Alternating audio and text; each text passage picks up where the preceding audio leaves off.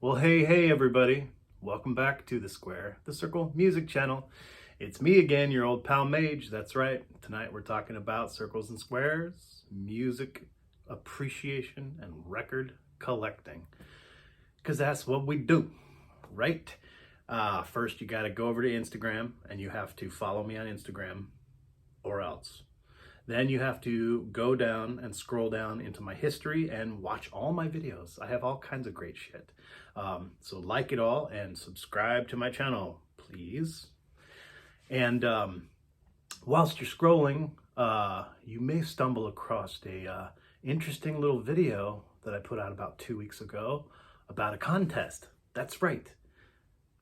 Play in my contest, do the thing. You have to follow the instructions, watch my video, and then go in the comments on said video and tell me your 4 desert island records that must go with you, to the desert island so that you can survive. What would those 4 be and why? Either make a video for me on your channel and post it, and we can have a little bit of a, share some traffic here and share some traffic there. That's how the algorithm works, right? And it's all about spreading good love and vibes and sharing music. I want to see what you guys would take. You can watch my video and see what I would take. You can watch other people's videos and see what they would take. It's super fun.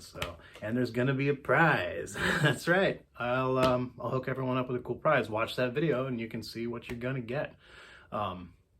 So once again, there's my spiel. Let's get into it. Let's talk about music.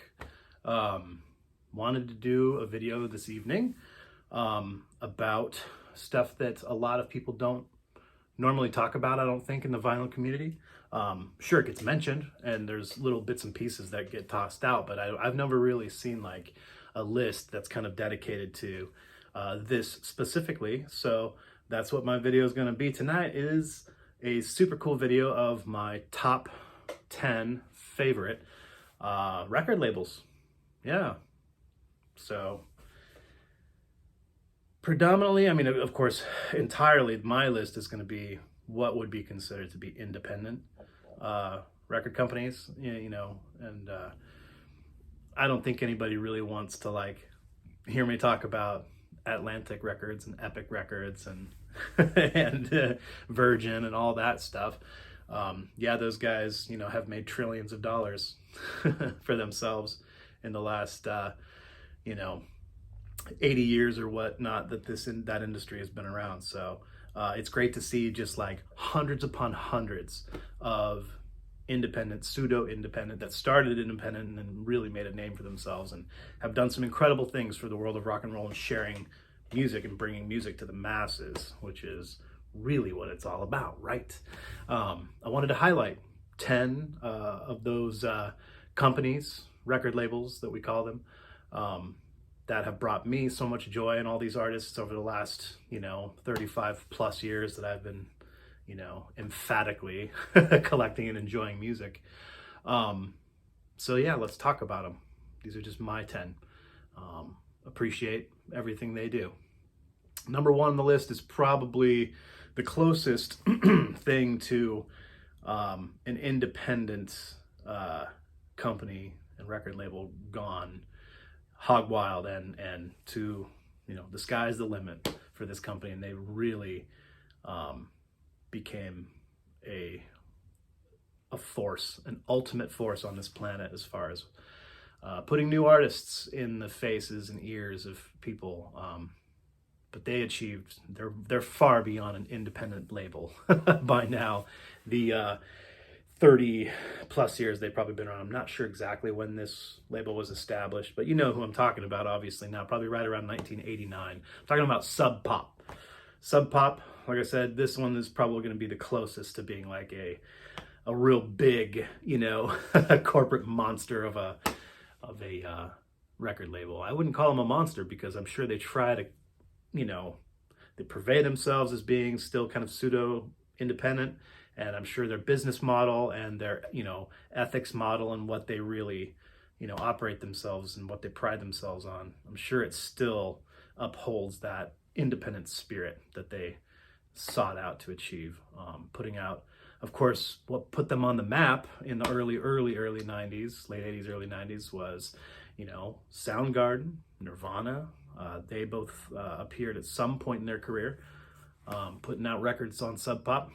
And over the last 15 to 20 years, a slew, even more, just a slew of what would be called indie bands. For that reason specifically, they started on an independent label. I don't like using that term as an actual genre or a descriptor for music.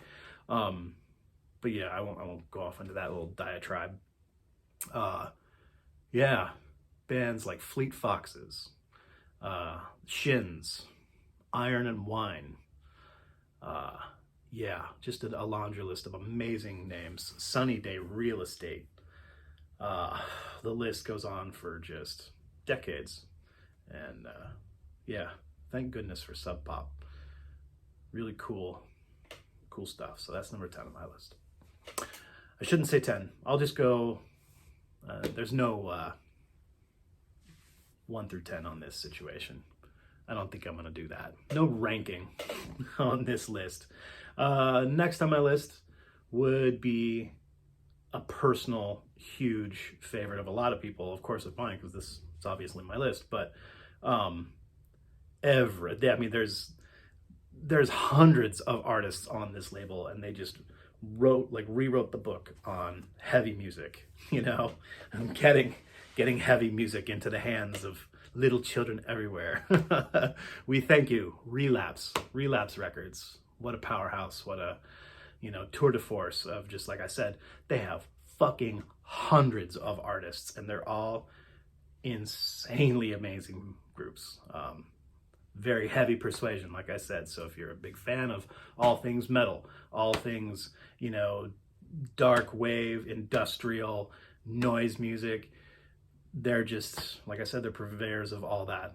Huge names like Yob, Genghis Tron, Mastodon, Baroness, Neurosis, True Widow. The list goes on and on and on and on. You like heavy music? Yeah.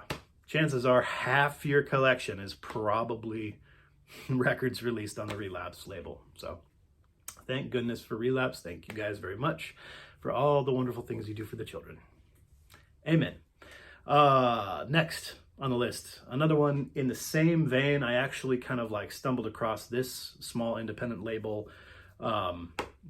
whilst digging through stuff that you find on Relapse and similar artists and all that great heavy shit. You get kind of a little bit of an offshoot niche genre of that great, garage rock and, stoner rock, space rock, desert rock, that whole shebang, that pinata, that cornucopia of delight. Here's another one. These guys, based out of LA, called In the Red Records. In the Red. Wicked fucking cool. Have put out, such psychedelic, crazy space rock giants as Wand, the band Wand. Also, infamous, rock star, guru god of modern day, Ty Segall, and all the millions of things that he puts his fucking, tasty salt and pepper spices on. His own namesake band, just called the Ty Segall Band. But then there's, I think he was involved in Fuzz. I think he was involved in Meat Bodies. I think, isn't the OCs, they're still putting out stuff on In the Red, right? Maybe they've really gone big places. That's probably one of the more notorious names from that label, besides Ty Segall himself. So, but yeah, if y'all have never really listened to a lot of stuff on In the Red Records, and you love that kind of rootsy garage rock sound, you'll love the shit out of that label. So check that out. We're right around number 4 now. I'm just kind of really, a lot of tongue twisters in here. I like to talk. There's a lot of information in here, so thank you all for bearing with me while I'm adjusting my eyeballs to my little page of notes right here. This, like I said, is a lot of information. So I'm talking a lot. I'm gonna wet my whistle here real quick. Thank you very much. You guys been having a good week so far? I hope so. Where are we? Wednesday. We've only made it to Wednesday, but I took a short week. I'm heading out of town. I'm going to be gone on Friday, Saturday, Sunday, Monday. Taking a huge weekend. I'm driving down to a ancient forest, and I'm going to go party in the ancient forest with my kids and my family. It's going to be a blast. So I won't see you fuckers for a few days. Importantly, wanted to mention, I've been putting out so much content lately. Not losing my mind. I'm not crazy, weird, and lonely, guys. I just, this is a lot of fun, and I've been having a lot of fun doing kind of nightly content. I want to remind everybody, the real reason I'm doing this is because I want 500 subscribers. So the trick is, right, the trick of the trade is you have to just put out daily content, they say, right? Okay, well, I hope you guys aren't getting sick of me again. That was kind of the reason for this. I haven't truly lost my mind, but I do. I come home from work and I haven't had my kids for a few days. So yeah, you guys get to hang out with me. So let's keep talking about record labels. Let's keep talking about those guys, those, big business, those big business types, but all of the really actual good things they're doing for society and for people who need music. So we appreciate these guys. These pseudo independent purveyors of music. This is going to be like number 5 on the list, right? Is that where I am? A fantastic, amazing label that I have only really discovered recently, probably in the last like 5 or 6 years. But the first few artists that I discovered on this, that really kind of just like opens mystical doors into the universe, because they put out a lot of really interesting music, and all very distinct and varied, a wide variety of really interesting music. I'm talking about Sacred Bones record. They're based out of Brooklyn, out of New York. Fucking amazing. I discovered Moon, because I was really getting into prog, but then you inevitably kind of like, well, I really like space rock, and but I really like this thing called krautrock, and you get really into that crazy cool like sub genre, area, and you discover a lot of this great stuff that this label puts out. Bands like Zoid. If you guys haven't heard Zoid, they're amazing. Like I said, kind of krautrock, trancey, electronic cool shit. In the same vein, another awesome group that's on that label called Moon Duo. That's I think they're the first ones I discovered on Sacred Bones. It's really cool, futuristic, beautifully stark, colorful art on their, the cover of their albums. So it just kind of draws you in, and then you see that triangle in the circle, and you're like, hey, I know that emblem, that not just the Alcoholics Anonymous emblem, which is ironically the same thing, but they use that emblem too, the triangle within the circle. It's kind of funny. So yeah, excellent, amazing fucking record label. They have other just really unique, interesting, cool projects that they put out. Old Mort Garson recordings, the guy who did Plantasia and is kind of a godfather of electronic, patchwork synthesis music, crazy shit. So they put that out on Sacred Bones. They've got the rights to that. I guess David Lynch has some musical career. Maybe it's just spoken word. I'm not really sure. David Lynch, the filmmaker, yeah, he's on that record label. It's pretty effing cool. They put out metal. They put out slam poetry, weird, all kinds of cool shit. So everybody check out that label. Really important, groundbreaking, newer label. I'm not sure when they were established, but it only had to have been in the last probably 15 years. So wicked fucking cool. All right, moving along, number 6, right? I think 1, 2, 3, 4, 5. Maybe this is 5. I always lose count. But still, this is so much fun, right? Another label that I have, a whole chunk right down there. It's about the breadth about yay wide. So I mean, anyone that knows, 1 foot, basically 1 foot of LPs on a shelf will stack out to roughly, probably about 75 to 85, I think, right? I remember doing that math one time, holding up a ruler and looking at the spines. It's yeah, roughly 75 to 85 there. Anyway, bottom shelf, that whole foot long chunk, it's practically half of it is on from this label, because that's all my instrumental, ambient, electronic, that kind of stuff. So I'm talking about Light in the Attic. Light in the Attic Records, guys. Fucking amazing. They were smart, and they did, of course they signed new artists and, already famous artists, but they really branch out and just get the old stuff that people still want and then repress it. They have the rights now. Put out these really gorgeous, quality, very quality pressings with usually tons of extra ephemera and just interesting, cool, unique things that you wouldn't normally get out of these kind of like more just, small scale, independent, nothing to it. You just get kind of a cheap pressing for $15 because these are new bands that just really want their stuff out there. These guys are a little bit different. You'll see a huge chunk of catalog from like the Grateful Dead, or you'll see like a huge chunk of the catalog of like Gabor Jabot, that kind of thing. Did I even ever say the name? Light in the Attic Records. Yeah, okay, I probably did already.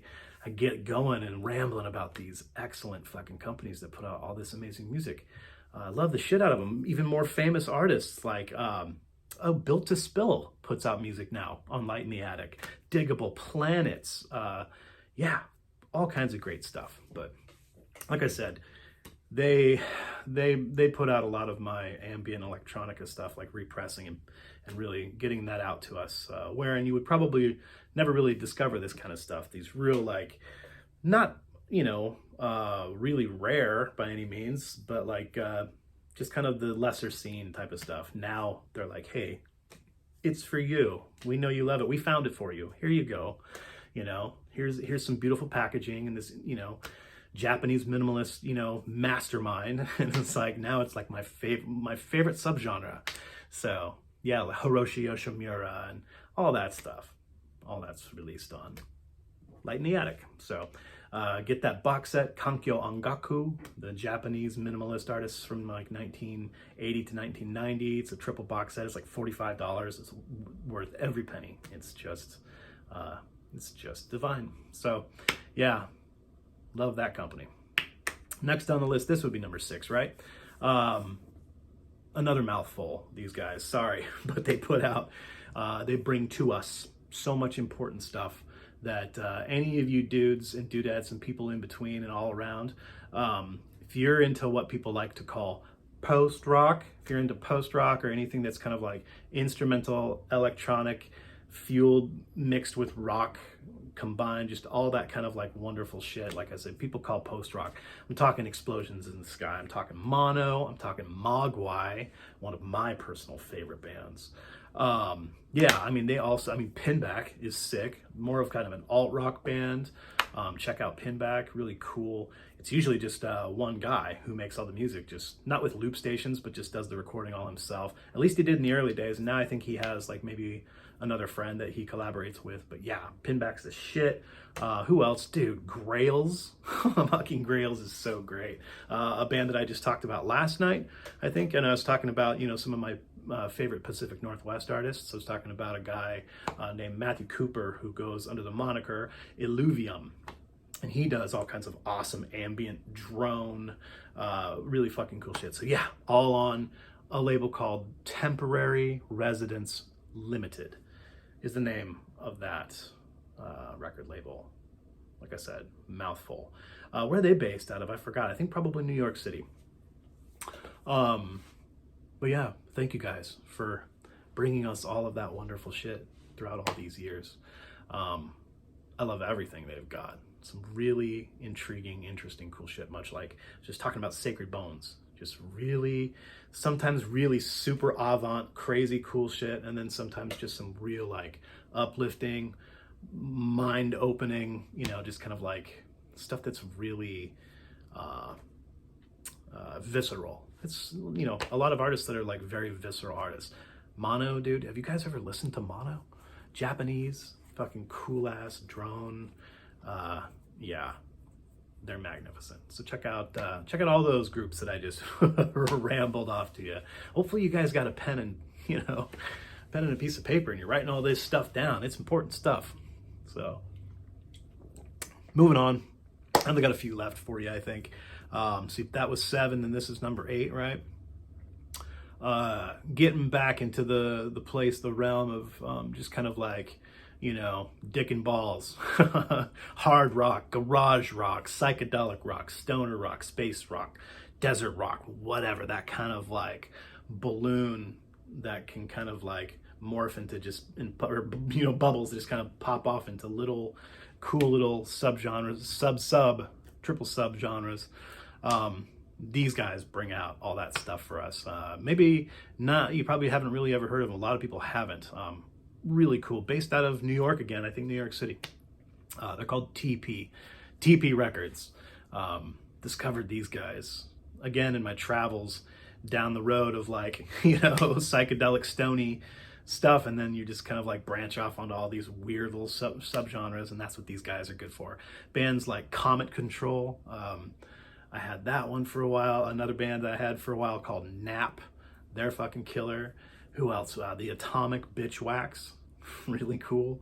I had a few more written down here. Oh yeah, that band called Ruby and the Hatchet, they're fucking great. Check out Ruby and the Hatchet. I especially love that one because I discovered them. I never bought one of their LPs. I should have, but I listened to it quite a bit. I just immediately fell in love with it because of the band name. It's a really great band name. My daughter's name is Ruby. And so inevitably, that kind of like, that name always just kind of like, you see it, and it pops out of you. You're like, hey, that's my daughter's name, Ruby the Hatchet. I kind of nicknamed my daughter that for a few years. She's a little spitfire. Awesome little girl. So anyway, there's that. Love TP Records. Check them out. Get all their stuff. Just a few more to talk about. This one I've mentioned quite a few times because we're getting up to some of kind of my real favorites that I wanted to save for the very last. Some of the more kind of like, I don't know, just a little bit different flavors, unique flavors, really just because. Now this is something I'll have to admit, because I really honestly thought that the man himself, the actor, the extraordinary, very interesting character, Crispin Glover, I assumed that he started this record label, Crispin Glover Records. They are based out of Trondheim, Norway. I'm like, okay, whatever.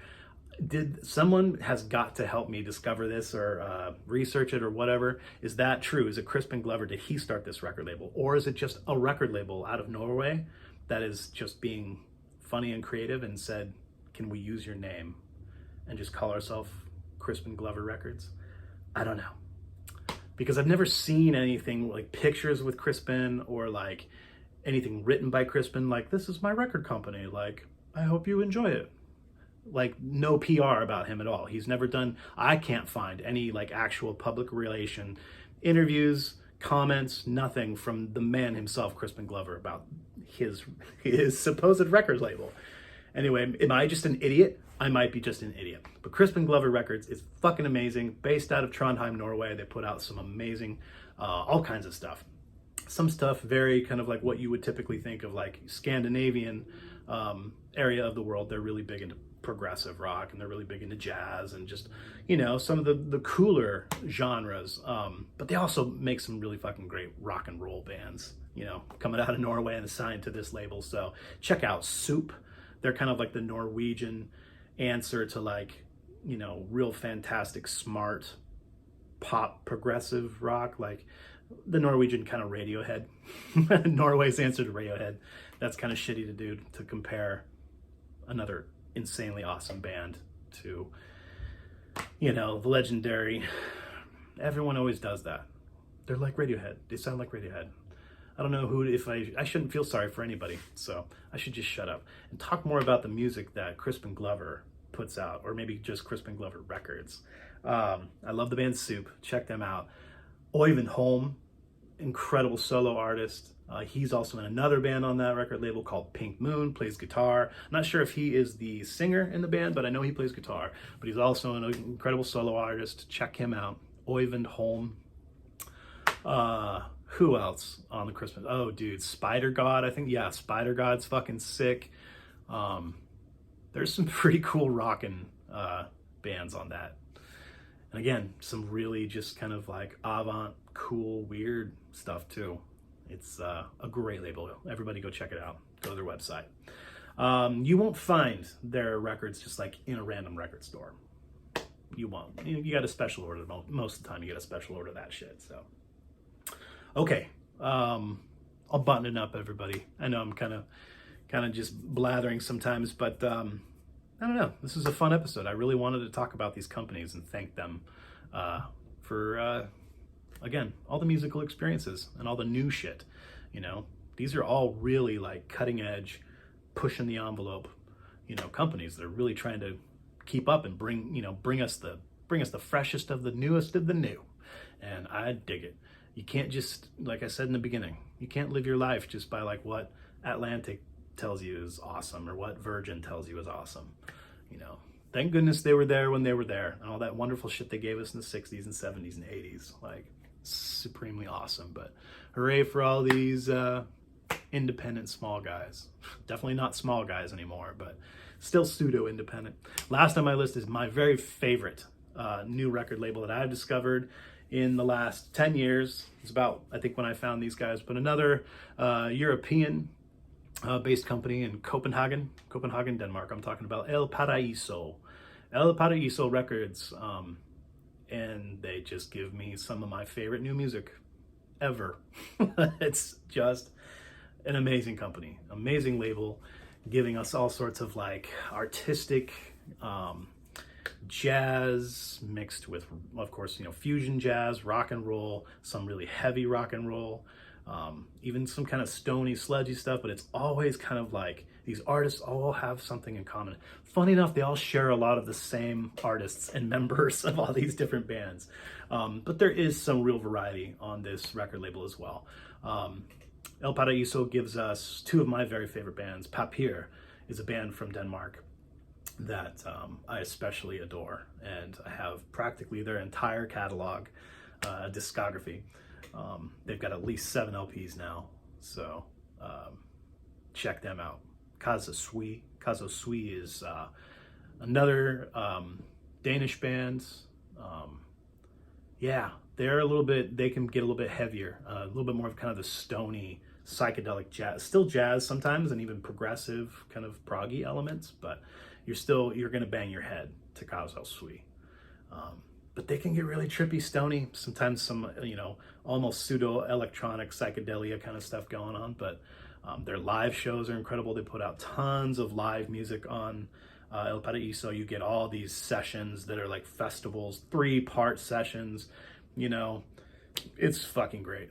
They're just fantastic. So yeah, another band that's kind of more jazz, kind of prog jazz, called Kanan. Check out Kanan. Not sure how to pronounce it really, but they've got to be another Danish group, or, you know, somewhere right around that area, maybe German or something, but it's K-A-N-A-A-N.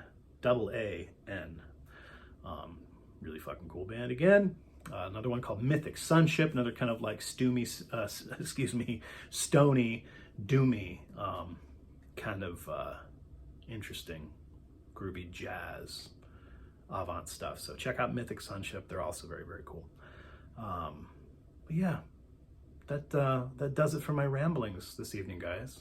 Again, just wanted to chit-chat music with you, and I hope you maybe learned something this evening. Took away some, you know, wrote down some notes, and, you know, check these bands out. I'll try to, like, you know, put as much little, like, you know, writings and, you know, things up here in the video screen, but also, if I have time later tonight, I'll try to drop some links. I'll try to drop some cool links for some of the quick, easy access to some of these bands that I was talking about, or even comment in the comment section if you have time, and I can kind of like steer you in the right direction. But almost every single, you know, these are big enough bands that if you just type in the name in your, you know, browser search bar, it'll come right up to the websites. So it'll take you straight there, and you literally just click on a link, the little triple bar up there, and it just, boom, artists, and it just literally by in alphabetical order just lists all their artists. And sometimes these websites will even include a little player so you can preview. You can click on the album. If it has killer fucking art, you click on it and just listen to some previews of their songs, and it's just fucking great. So go to all those places that I told you and check out all their music and buy all their fucking music and buy all their merch, because those are all really killer bands that you should be listening to, says I. I love you guys, and peace in the crease, motherfuckers. Mage loves you. Keep it real. Be good to each other. Guten Abend.